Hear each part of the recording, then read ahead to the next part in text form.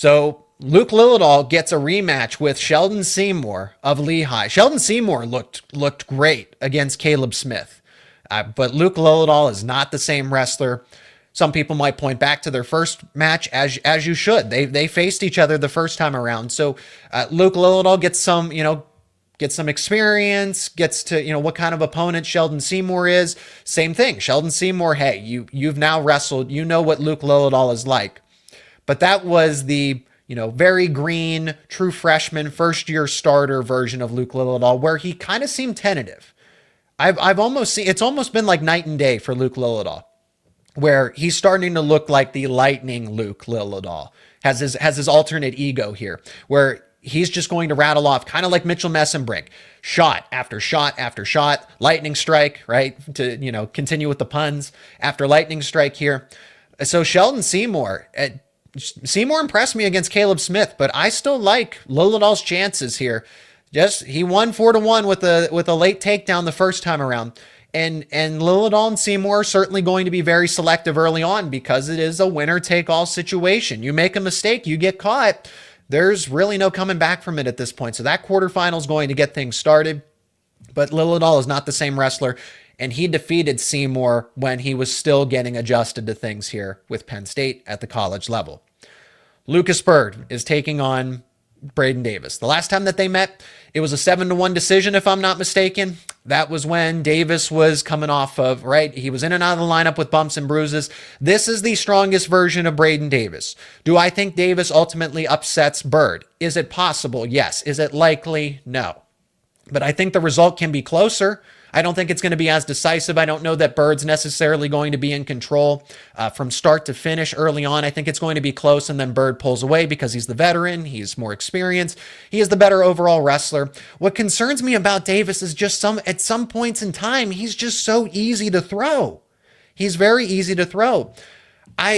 Since obviously I just have an informational background about wrestling, I'm not afraid to admit that I've never actually wrestled myself, but Davis does not have heavy hips. When a wrestler gets in on a single leg or a double leg, Davis really relies on the upper body. To counter, and at some point, it has gotten him in some dire situations. Against Byrd, that's going to be the case if you're not careful. So Davis is really going to have to be on his A game and try to throw something at Lucas Byrd that maybe he's not expecting. Bo Bartlett is not getting the match that I expected, and I have some strong thoughts about that Tegan Jamison bout. Tegan Jamison of Oklahoma State, I think that David Taylor did not do him any favors. He went to scramble against his opponent. Unfortunately, I don't actually remember off the top of my head who he lost to, but he lost to his opponent in CJ Composto. So CJ Composto of Penn, pardon me, everyone. So he ended up losing to Composto of Pennsylvania, and it was a last-second takedown. And it looked like Jamison had been able to circle around, and either it was a reversal, he would have tied it, or he would have taken the lead. And why didn't you throw a brick? Why didn't you challenge that? So Taylor did not do his wrestler any favors there. CJ Composto is no slouch. Expect another barn burner with Bo Bartlett and Composto tomorrow. Composto is a veteran. He's a former All-American. He certainly doesn't have the pedigree that Bartlett carries, and Bartlett should be expected to win and face Jesse Mendez in the semifinal. I still think it's going to go down to the wire. If it's a sudden victory type of deal, or if it's a 4-1, 4-2, it's just what we should expect from Bo Bartlett. It's his comfort zone. It is what's working. Bartlett only has one loss on the season to Vance Vombauer. So we really shouldn't be all that critical of Bartlett. He just finds ways to win, and it's worked against Jesse Mendez as well. Don't fix it if it's not broken there. 149, and then we'll go to break and return with what each wrestler what's ahead for each wrestler for tomorrow. Shane Van Ness is going up against Lachlan McNeil. McNeil's a veteran. McNeil was an All-American last year at 149. High quality wrestler. This is one that I have circled that Van Ness because of that match against Cannon Webster. Nothing is a given. Nothing is a sure thing. So Van Ness is a title contender in his own right. But Lachlan McNeil, if he is feeling it, can absolutely upset Van Ness if he's not careful. So that one against Cannon Webster should be a wake-up call for Van Ness going into this one against Lachlan McNeil of North Carolina. So this is one that's very even matched, and the veteran experience is going to go to McNeil based on obviously how long he's been in college wrestling. Tyler Kack, like I said, just walking away from the matchup against Cody Chittum. It wasn't an overly dominant victory, but like I said, there's not much that separates wrestlers at this point in time. He's going up against Joey Blaze of Purdue, the 8th seed. Joey Blaze is the, yes, you guessed it, older brother of Marcus Blaze, top recruit in the class of 2025, committed to Penn State. And that was a big point in his recruiting. Where was Marcus Blaze, the younger brother, going to go? Was he going to follow Joey at Purdue? Was he going to stay in the state of Ohio and commit to Ohio State? So I'm intrigued to know who is. I imagine that Marcus is rooting for his older brother Joey, but it is a conflict of interest tomorrow with Tyler Kack being a pending teammate, and he could be right in the starting lineup with him in a year's time. We're not going to know right away. 141 is going to be open, and Marcus Blaze, if metaphorically speaking, as a puzzle piece, would fit right in to take over for Bo Bartlett since he's right around that weight class. But he moved up to 150 for the high school tournament. He was wrestling in the 130s. So Blaze is dynamic. I think he could fit right in at 141 next season. Marcus, that is. For Kack, I think he defeats Joey Blaze here. Blaze, of course, is the veteran, but veteran experience only goes so much along. It goes only so far. For Kack, he has just been dominant. He has hit a new gear. I think what really separates him, I've always pointed to his strength, but now you couple that with his reaction time, his ability to just think in the moment. It's not reactive, it's proactive, and that's what makes Kack the number 1 seed. And if he's not your favorite at 157, he should be. Same thing with Mitchell Messenbrink. If he's not your favorite at 165, I don't know what weight class you've been watching all season. He will take on Cam Amin of Oklahoma State.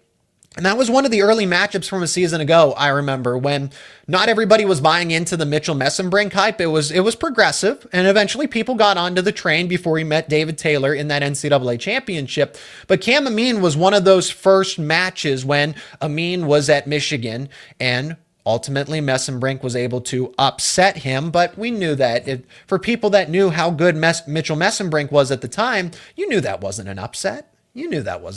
So he will face Amin tomorrow in a rematch. Oklahoma State now.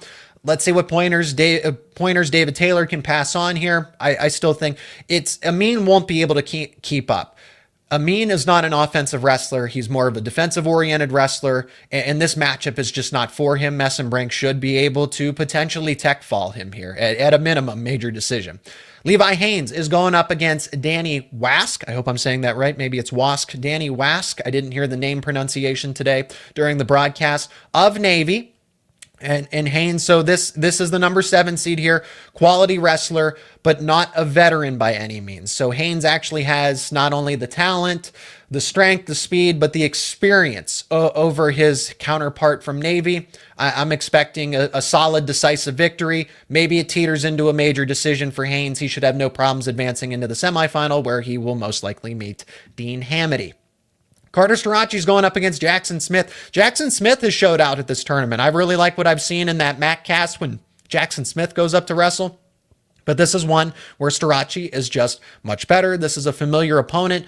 But now we're starting to get into the territory where these wrestlers are going to do anything by any means necessary to try to upset Starachi. You are now getting guys that are capable of at least offering some resistance. Not the first 2 wrestlers that Starachi's seen between Rogers of Lehigh and Cartagena Walsh of Rutgers. It's Jackson Smith, who now, he's got some moves of his own. I'm not saying, hey, look for Smith to upset, but look for Smith to try maybe some funky moves that normally wouldn't be a part of his game. Josh Barr gets a rematch against Michael Beard at 197 in the quarterfinal. Michael Beard of Lehigh. And remember, this is the former Penn State wrestler. This is going to be somewhat personal for Beard since it didn't ultimately work out at Penn State. Barr defeated him the first time by major decision. It was all Barr in that 3rd period and beyond, for anybody that remembers. You could expect something similar. I think this margin will be a lot closer. I think Beard has learned his lesson from just watching him passively at NCAA so far. He does seem to be somewhat of a different wrestler. He does seem to be a little bit further ahead now. This is going to be a tougher matchup for Barr. I expect him to advance, though. Greg Kirkfleet is going to go up against a familiar foe in Josh Heinzelman of Michigan. I think at this point they've met 3 times this season, but they met in the regular season and Kirkfleet won decisively. No differences here.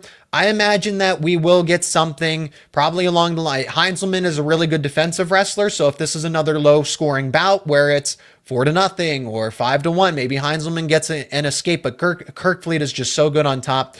If he shuts him out, that's probably what's most likely going to happen. Something along the lines of 4-0, 5. Kirkfleet gets a takedown or 2 and just racks up 3 to 4 minutes of riding time. Most likely, I think that's what Kirkfleet just needs to survive and advance, especially if he's not 100%.